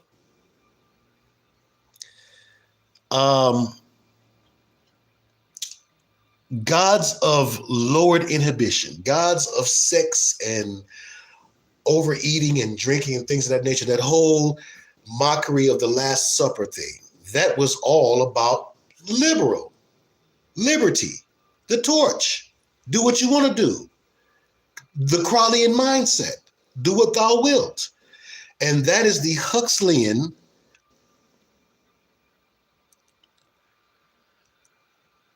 projection, or the Huxleyan idea of the dystopian future. Yes, they're going to control you, but they're going to control you by giving you freedom in all the wrong ways and taking freedom from you slowly but surely in the ways that you need freedom the most. That's right. Excess and indulgence, says Sister Leslie. That's right. Do what you like. Digital Underground had their version of saying it. BT Express had their version of saying it. Why don't you do it? Do it. Do it till you're satisfied, whatever it is. Do it. Do it till you're satisfied. Are you serious? What if that's smoking a crack rock? What if that's robbing or killing or pillaging? But see, the chaos has to be created so that the law and order can come down hard on you, the martial law. So the chaos has to ensue. I see the chaos ensuing from the Joker getting his crazy anti-Christian Christian fan base because those are anti-Christian Christians. They're not Christians who read the Bible and who exhibit the mind of Christ. They don't. They cannot be.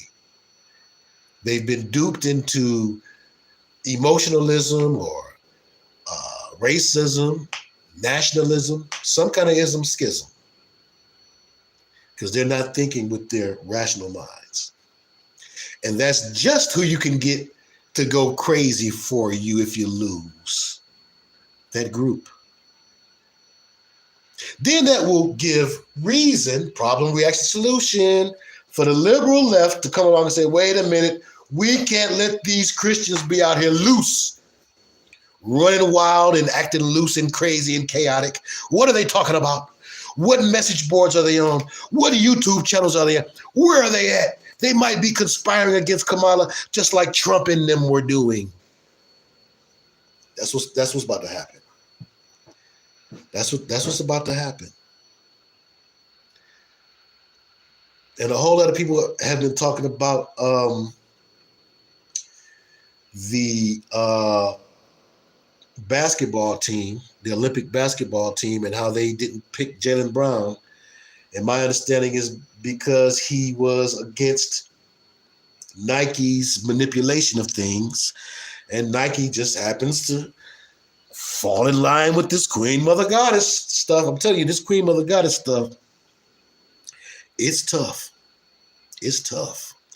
They have been prepping us for a long while now, with the changing of the heroes to female, with the slow but sure dumbing down of the father in sitcoms. Do you know, I come from a time where the father in sitcoms was usually the problem solver, because that reflected from real life. There actually used to be men that was respected by their families. I remember one, my granddaddy, Theodore Roosevelt Jackson. It used to be men who was respected by their families to make decisions. And his word was authority, and that was okay. Everybody liked it and respected it. He worked hard. He worked his knuckles to the bone. He didn't have a whole lot of words for everybody. If a whole lot of aunties and cousins and stuff come over there and get to babbling and cackling with your grandma, he's liable to go back in his room and go sit in his chair. These men used to exist. Now we've got a whole twist. Now we got a twist. We got a twist. Strong and silent type females and babbling, gossiping, womanish males. I was looking at Hassan Campbell and Math Hoffa going back and forth, and I said, now what is y'all into? It's very girlish. And again, I shouldn't say that. But I remember a time in school, in class, where it wasn't common for the boys to do a whole lot of gossiping. We capped on each other. That's called playing the dozens properly. In Detroit, we call it capping on each other before y'all start using capping to mean lying. And none of you can even tell me where that came from. You just start saying things just because everybody else said that. No wonder they're going to run this game on this generation. This generation is the easiest to run game on, God goofiest generation that's ever been produced. The God goofiest generation. They get their ideas from God from memes. They believe more in affirmations and vision boards than prayer. We in a sad, sad state. I know they called it jonesing in some places, and they call it snapping. In New York, it used to be a show about your mama snaps and things of that nature. So we did that to each other in class, but the gossip that was something that, again, we shouldn't say that's a trait of women, but we'll say that that's a way that Lucifer specifically tried to test the girls more so when I was growing up. Nowadays, little boys are going for it too. I'll tell you what that boy mama told him. Be sending it to your sister. Why are you even concerned about how long her hair is or how long your hair is? Boys looking in the mirror too much. You need to push them outside and make them experience this life and get some manhood up under them. You got to have a fight. You have to be able to challenge some things. You have to be able to stand up and push back against the popular boy or the boy who all the other boys is following. Challenge that boy. This is how men are made. Or at least how they used to be made. That's right, the Bible calls it tail-bearing, tail-bearers. Although I do think it does say gossipers in that part of with the idolaters, where it says, and all of these will have their part in the lake of fire. I don't recall. But yes, sometimes archaic terms are used, and we have modern day terms for them. You know, glamorous is not a good thing. In the Bible, it's clamorous. I know enough about words to know that that's the same word. Clamorous, a clamorous woman, it's not a good thing in the Bible. But in this world, a glamorous woman, which is the same word, minus not even one whole letter, because a C and a G is the same letter, minus a little part, a little appendage. So yeah, very, very strange and troubling times that we are in. I would have loved to have been able to get your call-ins, but listen, it ain't over, because I'm going back to that T-Mobile shop, because then I don't believe that guy ran some type of game on me that fast with some sleight of hand. But I do find it interesting that he said to me, after he sold me the cord I needed to make my Wi-Fi box work, after he showed me the one I needed, he said, oh yeah, this one right here. He plugged it in, plugged in my Wi-Fi box, it popped right on. So I said, okay, how much is it? He said $40 for a cord. I said, well, I got to bring the people to the show. So I said, okay. He said, let me go back in the back and make sure I get you a newer one. Let me see if I got a newer one back here. He went back in the back and came back with this cord. Looked like he plugged it up and showed me again, this cord works for your Wi-Fi box. I said, okay, cool. Put it in the bag for me. He did, put it in the bag, and I was out. I caught the bus and came on back. As soon as I get in, I go to plugging it up, it's not working. So I said, did he do the sleight of hand on me? I'll be up there tomorrow, and we're going to figure it out. But one way or the other, we will be back to our regular broadcast in the next broadcast, because I do not like doing it this way. I don't like this at all. I don't like the fact that I'm looking at the screen and you can't see the screen. I mean, I guess I could turn it around. I guess I could.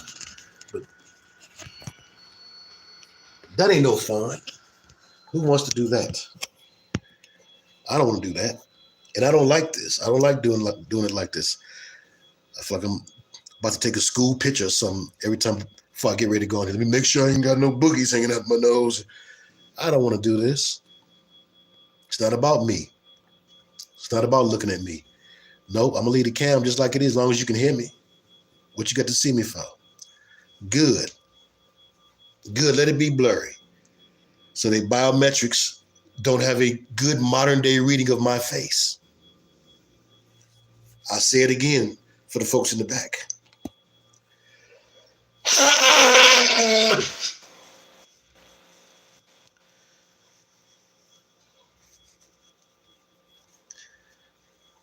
And then I punctuated it with a blowing of my nose. I'm telling you, I'm getting my uncle on today.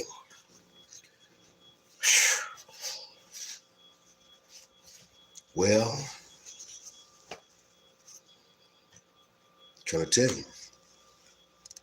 I'm not trying to razzle and dazzle y'all with my good looks.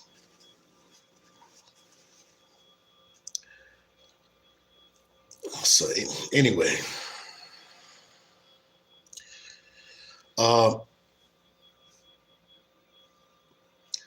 I do think that, I love y'all too.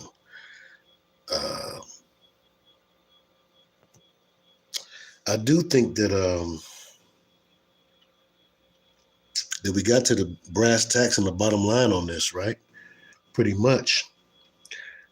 And that is that this is going to lead to Christian persecution, whether you like it Huxley style or Orwell style, either way. Either way. You can communicate with me personally. My email is brothermintheo@gmail.com. But see, times have changed. When I used to give out that email in 2015, 2016, I couldn't read all them emails. Now I give it out. You don't like to write. Folks don't like to write nowadays.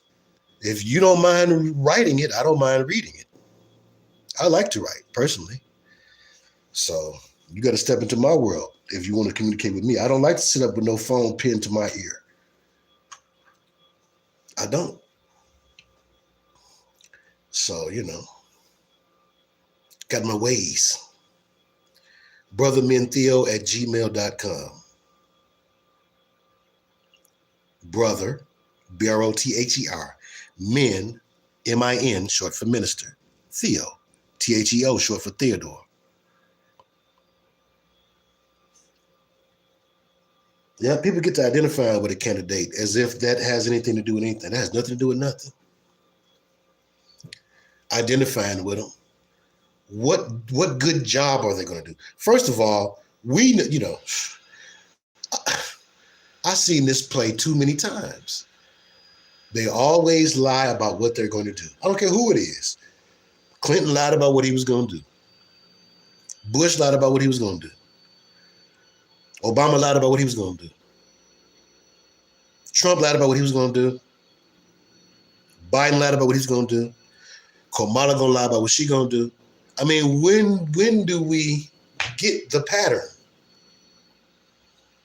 I think it's exciting for some now because there's this prospect of a black female president. Woohoo!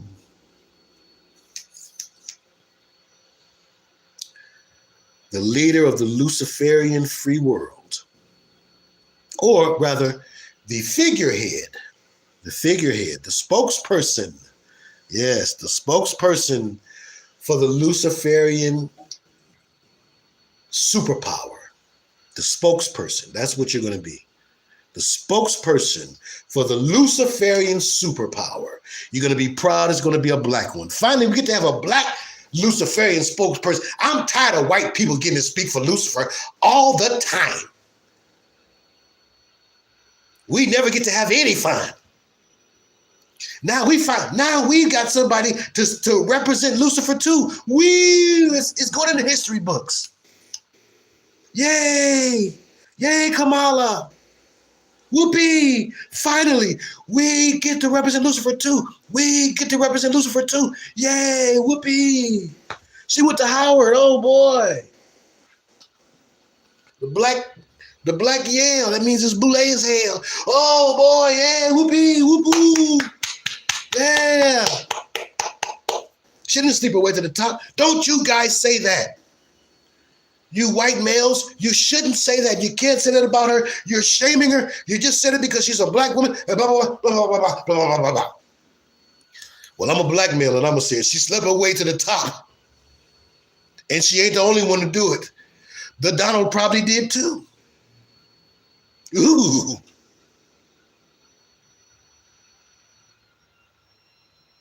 I'm trying to tell you. Don't say that about her.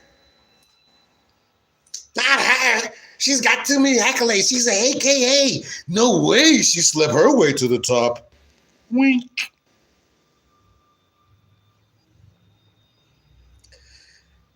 Have you ever had anybody tell you about a sorority ritual? I don't want to gross anybody out, but there's some females in here. There's some ladies in here. There's some women in here. Perhaps in your travels, in your life, you've had a friend or a cousin who, despite the embarrassing nature of their rituals, not just embarrassment, the degrading nature of the sorority rituals, somebody might have told you something. Have you heard anything at all? Anything? Well, I've known some women in my lifetime that have had some experiences, and they've shared a couple things with me.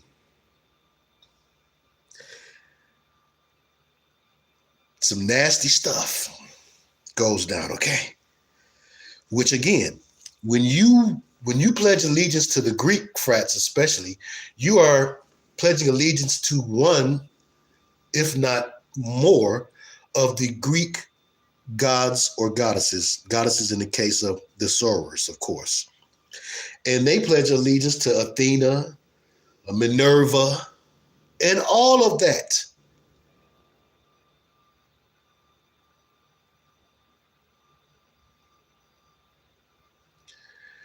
And most of the people who are in power come from, and again, J.D. Vance come from Yale.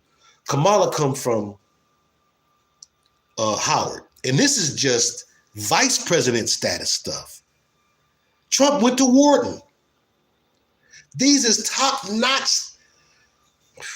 These are schools that only produce people who are brotherhood or sisterhood adjacent.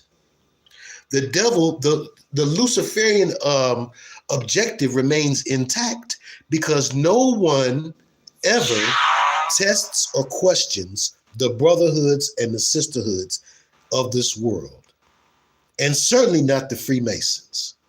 People are deathly afraid of saying Jew or Freemason on these platforms. Deathly afraid, because those groups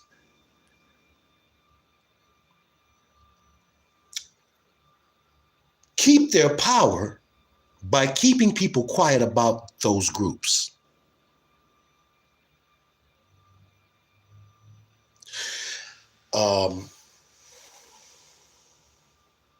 So people will not mention either one of those groups. But if you really want to get down to the brass tacks of things, you know, if you are a believing, oh man.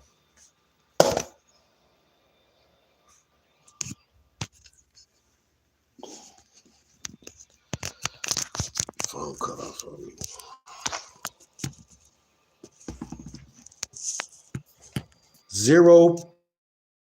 Zone died, but I got scriptures. I want to leave you with these scriptures before we go.